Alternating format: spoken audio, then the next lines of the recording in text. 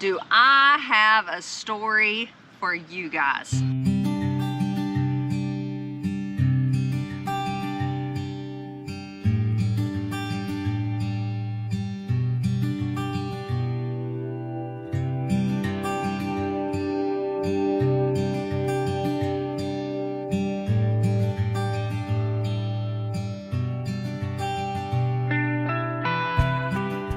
So Saturday night, you're gonna probably be seeing this on Wednesday. Saturday night, we were actually at a cookout.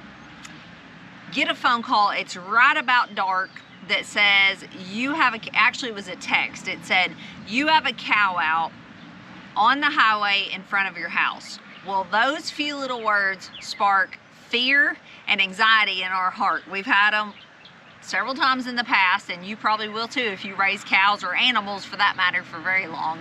They will eventually at some point find a way to get out. So we jump in the truck and head to the house. Keep getting text messages from our kind neighbor, thank you neighbor, that told us that it was a small black calf basically. And our minds start racing because we're thinking, we don't have any small black calves anywhere up here near the house, near the road for that matter, so where has this thing come from? The cows are quite a ways back in the field. All the babies are babies. We've shown them to you guys, they're newborns. Why did they get so far from their mom? What is going on? But then we got to thinking, there's cows across the road. So we were thinking, okay, it's probably not even ours. We'll go help take care of it, but hopefully it is not our calf. And I just want to show you how busy this road is.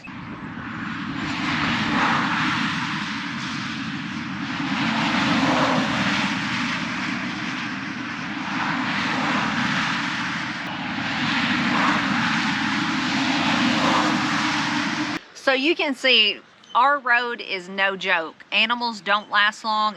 And what scares me even more, I love animals and I want to protect them, is the people driving down the highway that are unaware and might not be paying close attention and might run right up on an animal or it dart out in front of them and there's nothing they can do. So we take it very seriously, trying to keep our animals in and off the road. But you can see across the road, it was very feasible. It could have been one of those. But here's where the mystery and the crazy part starts. So we fly home, we get here, there's nothing. There's no calf anywhere. There's not a calf on the road. There's not a calf in sight. And so we just start looking around. So at this point, we're pulling up and we don't have any choice but to just look in all our pastures. And basically what we see is nothing, because that's how many cows we have up here close to the road right now. None. So I look in my milk pen,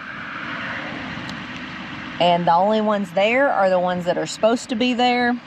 We pull into our farm road. We wind up going all the way back there and back in there. Don't see anything except who is supposed to be there. So about this point in the story, we can't get a hold of the person now that was telling us the calf was out. So we really have only that info to go on. We did get a hold of them. So thankful for them that they helped us out, or we would not have known what was going on. At this point, it's dark.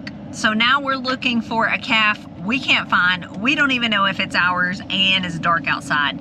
So we really don't have any other ideas or options or choice other than go count our calves, because at this point we know it's a calf. The baby calves are back with their moms. All that is good. So we head across the road, probably a couple miles away, where we showed you just on the last video where we took some calves to new grazing.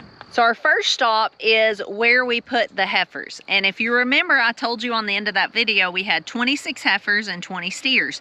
10 steers we left at the house, 10 we put at a lease farm, and these 26 we put at our farm over here across the road. So it's dark. We're doing this by headlights on the truck. We start counting them. We count them once and we're one short. So, I mean, we definitely could have missed it. We go through there, we look around, we count again, and we're one short. So at that point, we didn't even go to the steers because it was completely dark. We thought we will count them in the morning, and all the pieces start falling into place. we get out of this pasture, lock the gate, head back over towards the house. And I just want to show you the path that we took to get to the house.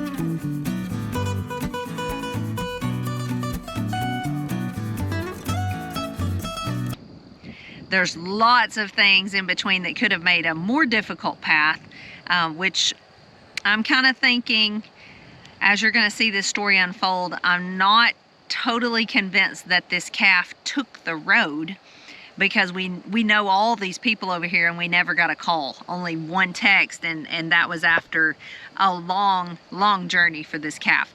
So who knows all the routes this calf took. But nevertheless, things start falling into place. You see, the other day when we weaned calves, we had one mama cow, and we call her the crazy black white face because she's pretty cuckoo. She's the only cuckoo one we have left. And last year we sold a whole group of crazy cows, but we didn't sell her because she had just had a calf, and we thought we'll get rid of her later. But she's cuckoo. She takes her calf off by itself a lot, and a lot of times a crazy mama cow will make a crazy calf because of the way they behave and teach them to behave.